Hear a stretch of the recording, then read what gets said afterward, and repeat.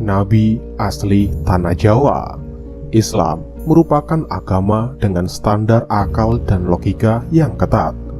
Ini formula ajaran baru yang memadukan kaidah metafisika dalam balutan fisika dasar penciptaan jagat raya beserta isinya. Itulah mengapa Islam jadi begitu mudah diterima di belahan dunia manapun, termasuk di negeri keramat ini. Kami akan membatasi kajian sisi keramat itu dari satu sudut pandang arkeologis, sebagaimana temuan Plato dalam Themius et Christian, Stephen Oppenheimer, Eden in the East, and Archio Santos, The Lost Continent Finality Found. Berikut temuan-temuan terbaru para peneliti di Gunung Padang, Lembah Bada, dan Borobudur, peradaban besar 2-3 dimensi yang telah dikembangkan leluhur kita.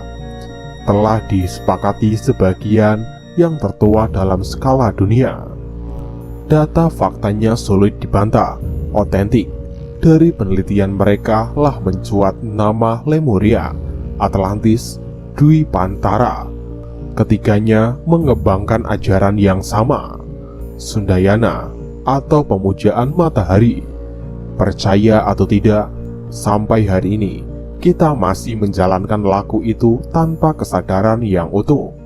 Supaya kita tak kehabisan energi mengulas riwayat sepanjang 70.000 tahun ke belakang sana, cukup kami sodorkan nukilan dari sebuah naskah Layang Nata berdasarkan manuskrip yang dikumpulkan oleh Raden Mas J.R. Basuki dan Michael Swart, MBI, yang disusun dan dialih bahasakan oleh Pangeran Bendoro Sutetyo dan Setyo Hajar Dewantoro.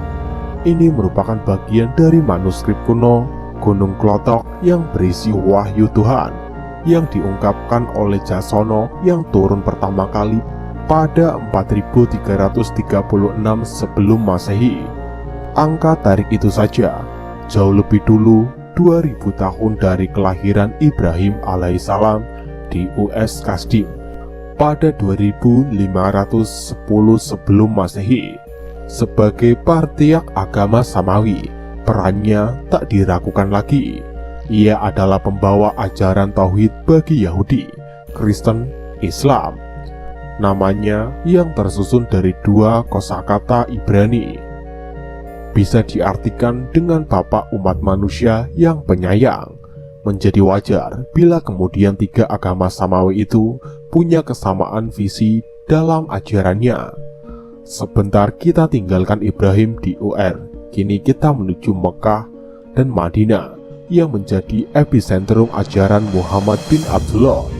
Islam yang ia bawa mendarat di sini nyari sezaman dengan kehadirannya di 2 kota suci itu, yaitu abad ke-6 Masehi. Mengacu pada visi besar Jasono di atas, artinya kemampuan ajaran Sundayana kemudian mengalami perkawinan silang atau malah tergerus. Bagaimana cara membuktikannya? Mudah sekali, dengan memahami laku keberagaman dan kehidupan kita hari ini masih dogmatis, doktriner, atau sebaliknya. Bentuk perkawinan mesra tersebut dapat kita temukan pada ajaran kaum sufi atau tasawuf atau teosofi. Semisal Syekh Al-Akbar Muhyiddin Ibn Arabi dan Maulana Jalaluddin Rumi, 2 mistikus besar. Islam ini terkenal dengan teori emanasisnya yang menyatakan matahari sebagai simbol puncak ketuhanan.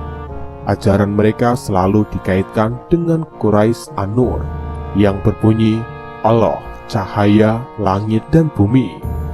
Ibnu Arabi menanamkan teorinya ini dengan Wahdatul Wujud Syekh Burhanpuri yang menganut ajaran itu dan masuk ke negeri Khatulistiwa, menerangkannya dalam kitab Martabat 7, setali 3 uang saja, sama membahas perkara cahaya dan matahari.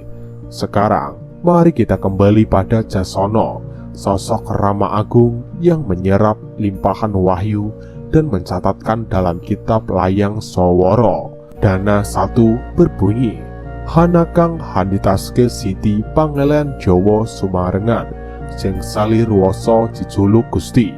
Sinungan Gusti kang sawana gasang hanitahake sawara prawasa ngangesangang Siti Pangelingan Jawa saking bayinat kang peteng sonolika Gusti sumali hake trawang lan wetek kang Gusti jinanten tumuwu. Ada yang menjadikan tanah pegiat Jawa beserta segala isinya yang dijuluki Gusti. Dialah Gusti yang merupakan permulaan hidup, menjadikan permulaan aturan kehidupan tanah pengingat Jawa. Dari keadaan yang gelap, ketika itu Gusti mengubahnya menjadi terang dan nyata. Apa yang Gusti ucapkan bertumbuh. Jawa yang dimaksud dalam teks itu jelas bukan sekedar suku atau puluhan dalam terminologi kita sekarang. Jika kita memahaminya berdasar pendekatan sastra Jandra Hayuningrat Pangruwating, dia atau ajaran keindahan semesta untuk meruat keangkaraan diri, maka Jawa bisa dimaknai sebagai laku hurip nan sungguh, kosong dari segala yang bukan dia. Jadi tanah Jawa adalah tempat terbaik bagi manusia untuk mengolah dirinya bersama Sang Hyang Tunggal. Nukilan dari wahyu di atas berkenaan dengan semesta raya dan isinya. Ada juga yang bertalian dengan manusia dan perkehidupannya dalam layang Jejoyoboyo. Supaya sirawarang Jawa bisa piwane pangerten marang tumita Jawa. Hunga tumia liyane hing karasuki kie, supaya sakebening tumita bisa tumbuh marang Gusti. Sulo kang tenggel puroso kang tan kena kinaya ngapa, hananging jalma tumiyah kiyu wangkal marang Gusti. Kang piring hurip lan patine kabeh tumita kiye wahana Gusti. Agar engkau orang Jawa bisa memberi pengertian kepada seluruh manusia Jawa, juga manusia lain di jagat ini, agar seluruh manusia bisa jumbu atau bersenyawa dengan Gusti yang melampaui segalanya, yang tak dapat dibatasi oleh apapun, tetapi manusia keras kepala kepada Gusti yang memberi hidup dan mati kepada seluruh keberadaan. Ini wahyu Gusti. Berpegang pada hadis Nabi Muhammad SAW yang mengatakan bahwa ada 124.000 nabi dan rasul yang tak tercatat dalam Al-Quran, maka Jasono sangat layak kita dapuk menjadi nabi pada zamannya pada era Atlantis. Amatilah wahyu yang diterima Jasono dengan Al-Quran dalam Islam. Sejatinya sama belaka bicara tentang perintah bagi manusia agar menjadi wakil Tuhan di bumi sebagai penyebar rahmat bagi jagat alit, jagat gede, dan maha jagat. Tuntunan kita sekarang ialah mengajari diri sendiri tentang betapa indahnya belajar dalam hidup dan hidup yang selalu dalam kondisi belajar. Ilmu terkait menuntun diri ini sudah merupakan riwayat langka di zaman kita.